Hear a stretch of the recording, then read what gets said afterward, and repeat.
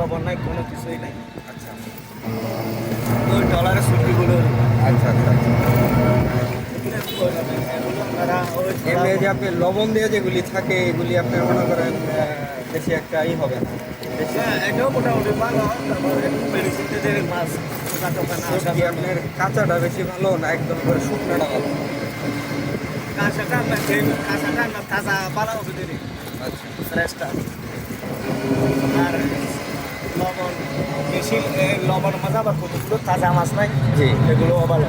কাঁচাগুলো তেমনি ভালো না, আপনি ছবি দেখে নেবেন না ভালো খারাপ। হ্যাঁ ওইটা তো আছেই। তারপরে আপনি মনে করেন এই কাঁচাটার মধ্যে কিন্তু আপনি মনে করেন তারপর না শুকাইলে তখন ওটা আপনার বেশি দিন রেখে খাওয়া যায় না। না না, এটা খাওয়া না, এটা তো আপনি ফ্রিজে দিয়ে খাইতে পারবেন না। আর অরিজিনাল ভেজাল মতো মাছ কিনতে গেলে এখন ভেজাল নাই, তখন তো মরাগের মাছ কই পাবেন। মানে এখানে মাছগুলো কিনে মনে হয় ঠক খাইলাম কিনা এটা আমি বুঝতেছি না। না, হ্যাঁ ওখান থেকে এখানে ভালো হয়েছে এই জায়গায় ভালো পাইছি। এই জায়গায় একটু কম নেবে ওইখান থেকে। আচ্ছা ওই লোকটা আমার ওই 30 টাকা মাছ দিচ্ছে না, হ্যাঁ হ্যাঁ ওই তো উনি লাভ নিয়ে নিই, সেই জন্য 30 টাকা 50 টাকা উনি বিক্রয় করতেছে।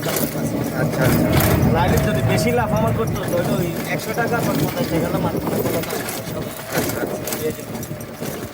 মানুষত যদি আমি 5,000 টাকার মাছ কিনছি, ওখানে যদি আমার 500 টাকা লাভ হয়, তাহলে আমি কি 50 টাকা মারবো? ওদের তো কাস্টমার সাইডে লাভ নাই। আমি কি 50 টাকা মারবো? মারবো না। হয়তো ওনার লাভ হয়নি, হয়তো 100 টাকা পাবে, এর জন্য ওই 50 টাকা দেয়। আচ্ছা আচ্ছা যাক। যাই হোক ভাইয়ের কাছে কথা বলে বোঝা গেল আমরা মাছ কিনে সেরে ঠকি নাই। টকেট নাই। হ্যাঁ এটাই হলো সবচেয়ে সবচেয়ে উনি বড় 50 কথা। টাকা, আমি কেন টকেট নাই বলছি কেন জানেন? উনি যে 50 টাকা